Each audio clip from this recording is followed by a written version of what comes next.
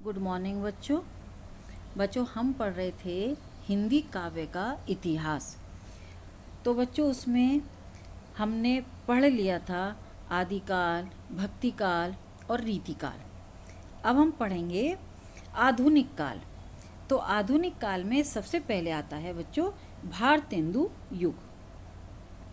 तो बच्चों हिंदी कविता में आधुनिकता का स्वर सर्वप्रथम भारतेंदु हरिश्चंद्र जी की रचनाओं में दिखाई देता है। यानी कि जो सबसे पहले जिस चीज़ का भी, चाहे वो कहानी हो, नाटक हो, उपन्यास हो, उन सब का प्रभाव सबसे पहले किस में दिखाई दिया? हरिश्चंद्र जी की रचनाओं में दिखाई दिया। और हिंदी काव्य धारा में नवजीवन के संचार के लिए इन्होंने ही कविता वर्णी सभा जैसा नवीन साहित्यिक संस्था की स्थापना की थी। तो बच्चों इन्होंने एक कवि वचन सुधा नामक पत्रिका प्रकाशित की थी। बच्चों इसको याद रखना, कवि वचन सुधा। और भारतेंदु जी की इस साहित्यिक संस्था की बैठकों की सूचना इस पत्रिका में प्रकाशित हुआ करती थी। यानी कि जो भी साहित्यिक संस्थाओं में जो भी बैठक होती थी वे सब उनकी सूचनाएं इस पत्रिका में प्रकाशित हुआ करती थी। और हिंदी के आधुनिक काल का कवि अपनी रुचि के विषय और भाषा को लेकर स्वच्छंद रूप से रचना करने के लिए स्वतंत्र था। बच्चों ये पुनर्जागरण काल के नाम से भी जाना जाता है। यानी कि यदि आपको आ जाए पुनर्जागरण काल किसे कहा जाता है तो वो भी भारतेंदु युग को कहा जाता है।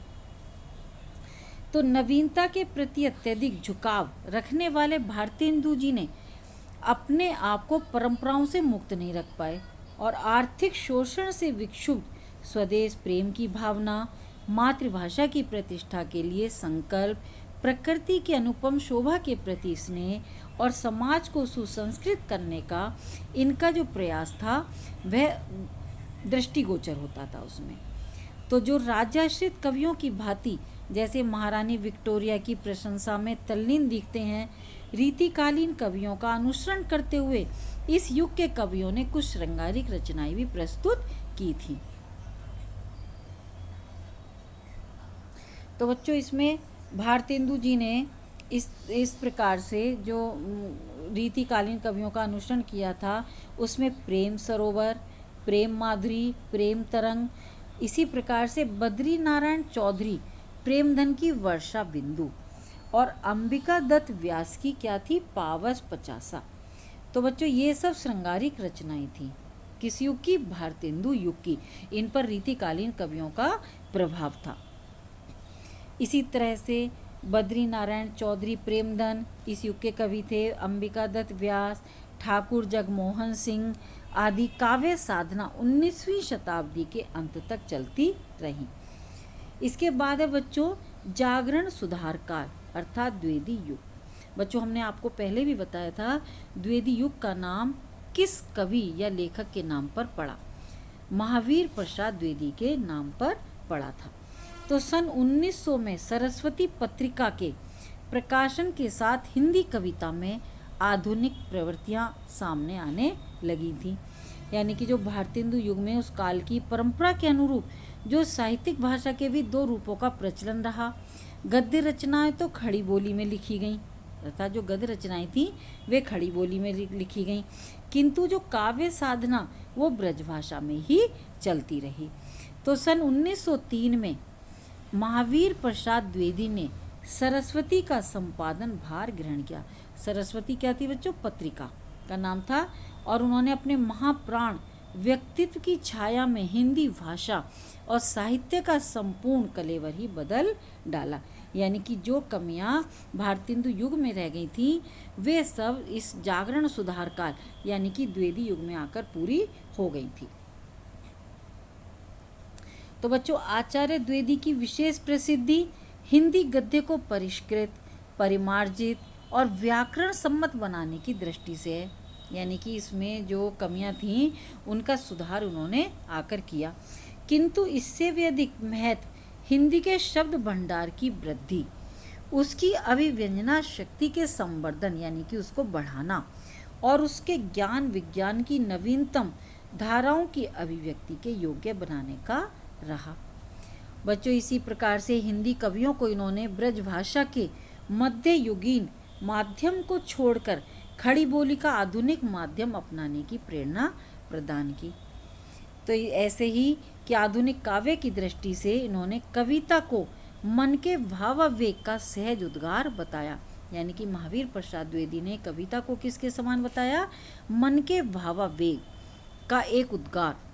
इनकी धारणा थी कि चींटी से लेकर हाथी पर्यंत पशु, भिक्षुक से लेकर राज पर्यंत मनुष्य, बिंदु से लेकर समुद्र पर्यंत जल, अनंत आकाश, अनंत पर्वत, सभी को कविता लिखी जा सकती है। यानी कि उन्होंने, इनकी ये धारणा थी कि चाहे चींटी हो, चाहे बड़े से बड़ा विशाल पशु हो, या धरती से लेकर समुद्र या आकाश, कुछ भी हो, उन सब पर भी कविताएं लिखी जा सकती हैं। तो आचार्य द्विवेदी के इस व्यापक काव्य दर्शन को लेकर मैथिली शरण गुप्त, अयोध्या सिंह उपाध्याय हरिऔध, बच्चों ये याद रखोगे, ये द्विवेदी युग के कवि हैं। अयोध्या सिंह उपाध्याय हरिऔध, इनकी मैथिली शरण गुप्त की जो द्विवेदी युग में प्रकाशित हुई थी साकेत, और अयोध्या सिंह उपाध्याय की क्या थी बच्चों? प्रिय प्रवास। कामता प्रसाद गुरु, लोचन प्रसाद पांडे आदि की कविताएं लिखी गईं। अब है बच्चों छायावादी काल।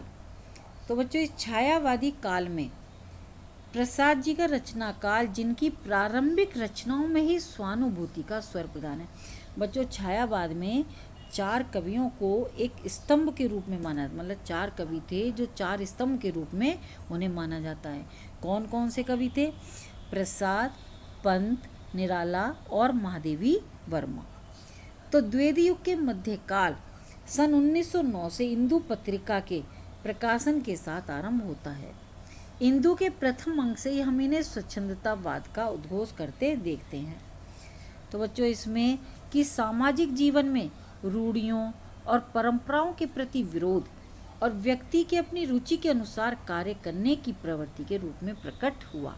यानी कि छायावादी काल में जो रूढ़ियों परंपराओं के प्रति विरोध था और व्यक्ति की अपनी रुचि के अनुसार कार्य करने की प्रवृत्ति थी। साहित्य में अत्यधिक सामाजिकता के विरोध में आत्मानुभूति की अभिव्यक्ति को स्थान दिया गया और वह अपनी जीवन की अपनी भावना कल्पना से रचना में उपस्थित करता है।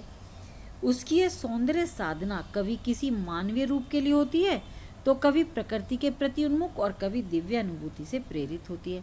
यानी कि जो इस काल के कवि थे उनकी जो साधना थी, जो उनकी रचनाएं थी, वे कभी तो किसी मानवीय रूप के लिए होती थी, कभी प्रकृति के लिए और कभी दिव्य अनुभूति से प्रेरित होती थी।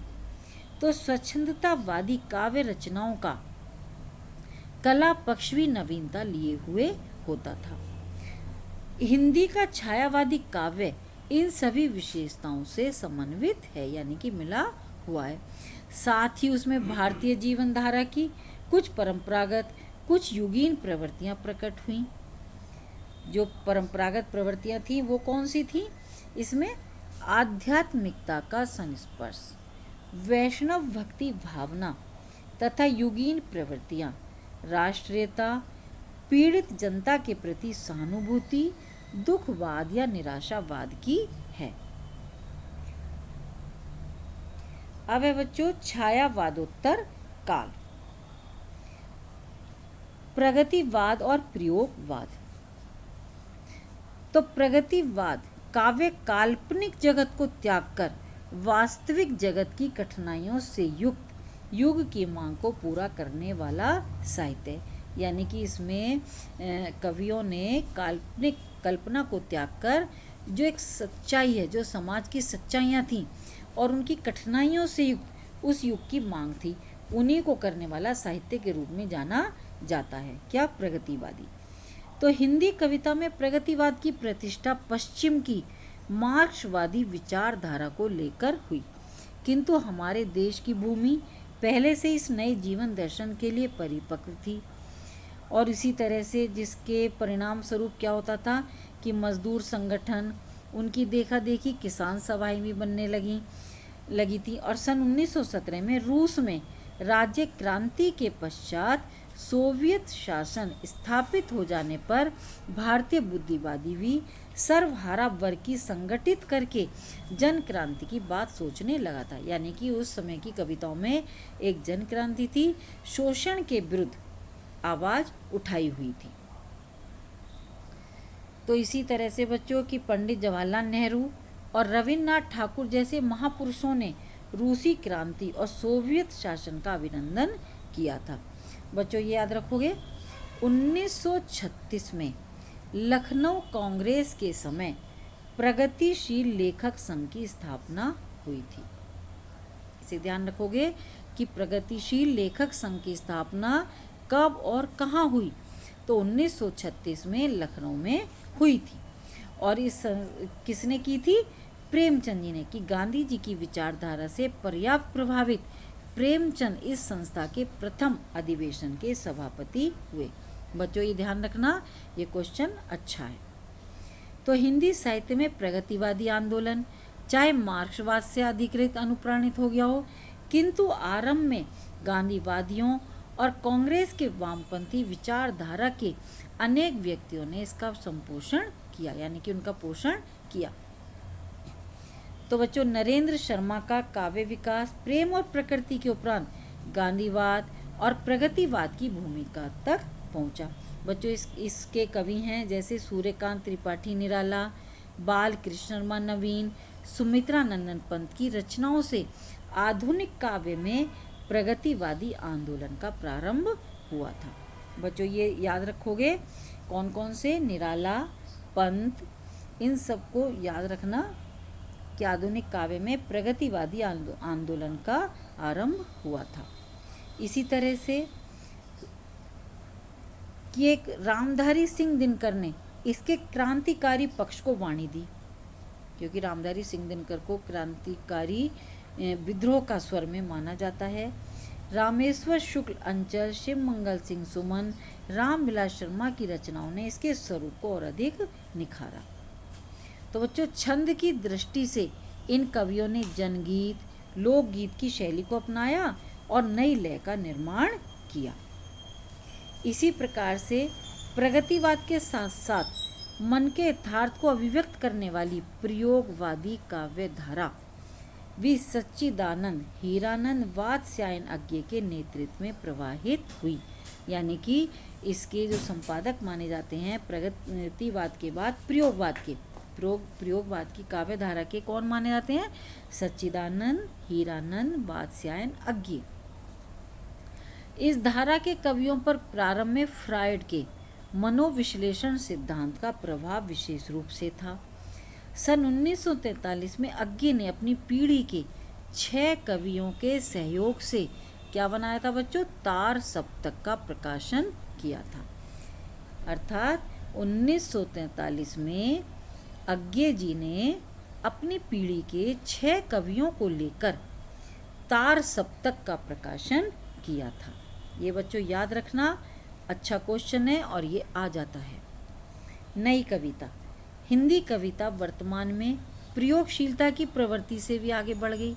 नई कविता पहले की कविता से अपने पूर्ण पृथकता घोषित करने के लिए प्रयत्नशील है। तो इसी तरह से बच्चों नई कविता में नए रूप का शुभारंभ डॉक्टर जगदीश गुप्त, डॉक्टर रामस्वरूप चतुर्वेदी के संपादन में नई कविता काव्य संकलन के प्रकाशन से हुआ और इसमें कल्पना, ज्ञानोदय आदि पत्रिकाओं के माध्यम से, इन पत्रिकाओं के याद रखोगे, कल्पना और ज्ञानोदय, इन पत्रिकाओं के माध्यम से नई कविता आगे बढ़ती रही। बच्चों इसमें सुमित्रा नंदन पंत जी ने कला और बूढ़ा चांद, इसे याद रखोगे, कला और बूढ़ा चांद तथा दिनकर ने चक्रवाल कुछ रचनाओं में इस नवीन काव्य प्रवृत्ति को अपनाया। तो नई कविता वर्तमान जीवन के सभी स्तरों के यथार्थ की नई भाषा, नवीन अभिव्यंजना, नूतन कलात्मकता के साथ साथ अभिव्यक्त करने में संलग्न है। तो इसी कारण इस कविता के स्थान पर अकविता की, यानी कि जो इसमें कविता के जो परंपरागत रूप थे उनमें भिन्नता होने के कारण एक कविता के स्थान पर अकविता की संज्ञा दी जाने लगी और नई कविता में प्रयोगवाद की भी बहुत सी विशेषताएं उपलब्ध थी। तो बच्चों इस तरह से आपका ये पूरा हो चुका है। अब आपको यदि कुछ समझ में नहीं आए तो मुझसे पूछ